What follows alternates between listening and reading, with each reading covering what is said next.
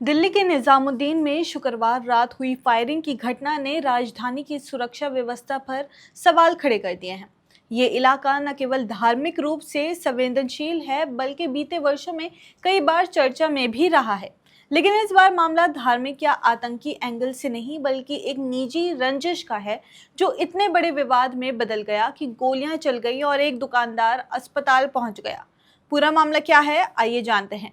नमस्कार, आदाब। आप देख रहे हैं द हिंदी टॉप और मैं हूं आपके साथ सामिया खान। शुरुआत कुछ दिन पहले हुई जब निजामुद्दीन में रहने वाले फुरकान नाम के शख्स ने अपनी दुकान एहसान नामक व्यक्ति को किराए पर दी थी। शुरू में सब कुछ सामान्य था, लेकिन कुछ समय बाद फुरकान ने अपनी दुकान वापस ले ली।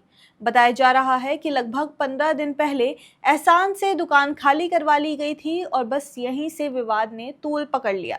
शुक्रवार की रात लगभग 11 बजे फुरकान अपनी दुकान के पास खड़ा था। तभी एहसान अपने करीब दर्जन भर साथियों के साथ मौके पर पहुंचा। कहासुनी शुरू हुई, मामला बढ़ा और फिर अचानक गोलियां चलने लगी। पुलिस के मुताबिक करीब 5 राउंड फायरिंग हुई। एक गोली सीधे फुरकान के पैर में जा लगी। गोलियों की आवाज सुनते ही पूरे निजामुद्दीन इलाके में अफरा तफरी मच गई। लोगों ने तुरंत पुलिस को कॉल किया और घायल फुरकान को एम्स ट्रॉमा सेंटर में भर्ती कराया गया, जहां उसकी हालत स्थिर बताई जा रही है।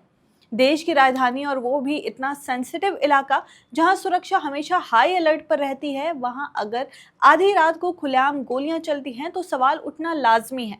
आम लोगों में डर का माहौल है। जो लोग रोजाना वहां से गुजरते हैं, दुकानें चलाते हैं या नमाज के लिए आते हैं, वो अब असुरक्षित महसूस कर रहे हैं। दिल्ली की कानून व्यवस्था को लेकर हमेशा केंद्र और राज्य सरकार के बीच खींचातानी चलती रहती है। दिल्ली पुलिस सीधे गृह मंत्रालय के अंतर्गत आती है, जबकि आम आदमी पार्टी की सरकार कानून व्यवस्था के मुद्दों पर बार बार सवाल उठाती रही है।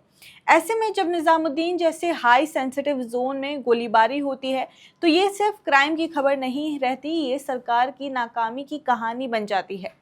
खैर, दिल्ली पुलिस ने इस घटना के बाद एफआईआर दर्ज कर ली है। आरोपी एहसान की पहचान जारी है और उसे पकड़ने के लिए 3 अलग अलग टीमें बनाई गई हैं। पुलिस ने कुछ संभावित ठिकानों पर छापेमारी भी की है। हालांकि अभी तक इस केस में कोई गिरफ्तारी नहीं हुई है। पुलिस का कहना है कि ये प्राथमिक रूप से आपसी रंजिश का मामला है, लेकिन वो हर एंगल से जांच कर रही है, यानी कहीं कोई गैंग कनेक्शन या दूसरी आपराधिक पृष्ठभूमि तो नहीं है। इलाके में लोग डरे हुए हैं। उन्होंने बताया कि फायरिंग के वक्त पूरा इलाका थर्रा उठा था। बच्चे, बुजुर्ग और महिलाएं सभी सहम गए थे। निजामुद्दीन जैसे इलाके में ऐसी घटनाएं न केवल सामाजिक शांति को प्रभावित करती हैं, बल्कि पुलिस की मौजूदगी पर भी सवाल खड़ा करती हैं। स्थानीय दुकानदारों ने पुलिस फोर्स बढ़ाने की मांग की है। बता दें कि निजामुद्दीन इलाका न केवल एक धार्मिक और ऐतिहासिक स्थल है, बल्कि यहाँ का मरकज, दरगाह और भी कई जगहें देश भर के मुसलमानों के लिए अहम है। यहाँ की सुरक्षा किसी भी आम मोहल्ले से अलग सोच के साथ की जाती है। ऐसे में वहाँ गोली चलना, और वो भी पर्सनल रंजिश में, सिस्टम की कमजोरी दिखाता है। फिलहाल पुलिस का दावा है कि जल्दी ही आरोपी गिरफ्तार कर लिए जाएंगे, लेकिन दिल्ली पुलिस की साख पहले से ही सवालों के घेरे में है। चाहे वो जहांगीरपुरी हिंसा हो, शाहीन बाग आंदोलन के दौरान की स्थिति हो, या फिर श्रद्धा वॉकर जैसा केस, लोगों का भरोसा पुलिस पर लगातार कम हो रहा है। तो अब ऐसे में इस केस को कितनी तेजी से और कितनी पारदर्शिता से हैंडल किया जाता है, इस पर सबकी निगाहें हैं। आपकी इस पे क्या राय है, हमें कमेंट्स करके ज़रूर बताइए। और ऐसे ही तमाम बड़ी खबरों के लिए आप हमारे चैनल द हिंदी टॉप को सब्सक्राइब कर लें। इसके अलावा आप हमें एक्स, फेसबुक और इंस्टाग्राम पर भी फॉलो कर सकते हैं।